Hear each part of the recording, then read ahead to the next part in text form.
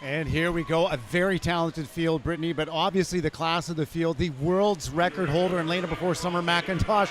She has been lighting this pool up left, right, and center all week long, and we're expecting a pretty fantastic performance here in the 400 IM. Well, and I think one thing to note is that although she didn't come into the meet fully tapered, as the days go on, even though she's been racing a lot, her body is gaining rest. So we're expecting big things from McIntosh. And she's out very solid. She's been as fast as 4:26 already this season under a heavy workload, and that just stands about 2 seconds over her world record, so I expect to see her out very quickly. We know her butterfly is doing well. She just missed that world record last night by 0.4 of a second. And the key for the butterfly here is to get out fast and in control, get into a nice rhythm, but of course not push it too hard because you still have 3 other strokes to go. So here she comes into the 100 wall. We want to see her around 59 low, 59.18. That equals to the 100th, her world's record pace. Now, what we saw in the 200 was all of that work that she's been doing on the backstroke come to fruition in that record swim. Yeah, the biggest difference from her 200 IM to get down to that world record mark all came in the backstroke. You're so right, Jason. She split a 31.80 in her previous Canadian record down to a 30.8. That's a full second difference. So if she can cut and kind of revamp that here, as she takes 2 seconds off her backstroke, we're talking a whole different game here. So we'll see if her pacing is down 34 low, 33 high. She turns at the 150 meter mark. Look at this, 33.1. That is a full second faster than she split when she broke the world record on that first 50. And you'll see her tempo here. What I love about Summer is she never looks relaxed, right? She's continuing to push. That's what she has to do. You're world class, the best ever in this event, and she's really pacing well here at the halfway mark. So the 400 AM definitely crowns the king and queen of all-around swimming this event. And she is coming into the halfway point looking very strong. Her world record split is, well, she's under that world record split by a full second. And this crowd in Saanich can keep her going because that freestyle, everyone is going to be on her feet. The breaststroke, though, she's continued to work with her coaches on, now training in France with Coach Fred Verneau, where she's really worked on that distance base. So I think that's going to pay off in the second half of this race because this is a grueling battle. And we saw the backstroke with all of that improvement in the 200, but in talking to her, listening to her after the race, she felt she really made an improvement on the breaststroke leg, and we're seeing her here right now.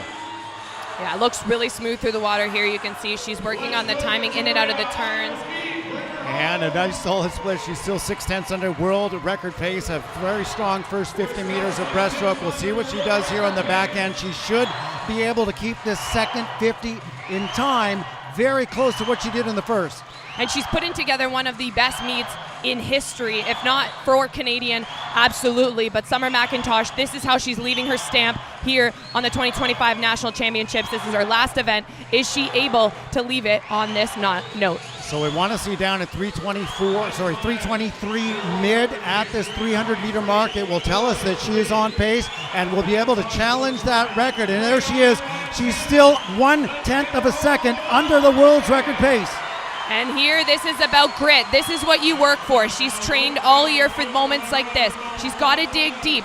Just because she's under world record pace, it's within, like you mentioned, it is very close here. And the 400 IM is absolutely brutal when it comes to feeling the weight of your body here on this final 50. So we're going to see what she can do. She is already the fastest the world has ever seen. So a tough challenge for her to rise up to that standard, but she is still on pace.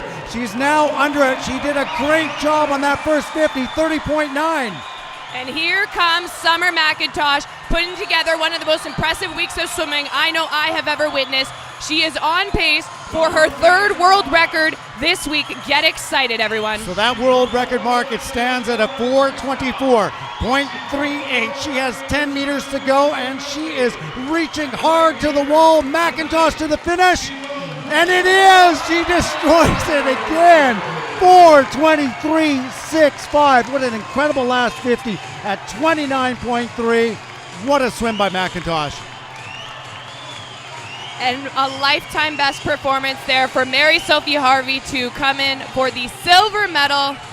What another great week she has had. But there you are witnessing history, the fastest performance in the women's 400 IM of all time. Summer McIntosh just swam 5 events in the span of 5 days, set 5 Canadian records and 3 world records. Take a deep breath, Summer. This is your moment.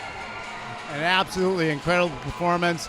The top 3 swimmers all underneath that World Championship qualifying standard, and of course Canadian record, the world's record by Summer McIntosh. She took 0.7 of a second off of her own standard. Can we also just acknowledge she came home faster in her 400 IM than she finished in her 200 IM, which I was trying to bring some context into how hard the last 50 of a 400 IM is, but she wipes any expectation I ever have out of the water. What we're witnessing is unbelievable. Congratulations, Summer, and we'll hear now what she has to say with Chris Heinmark-Watson.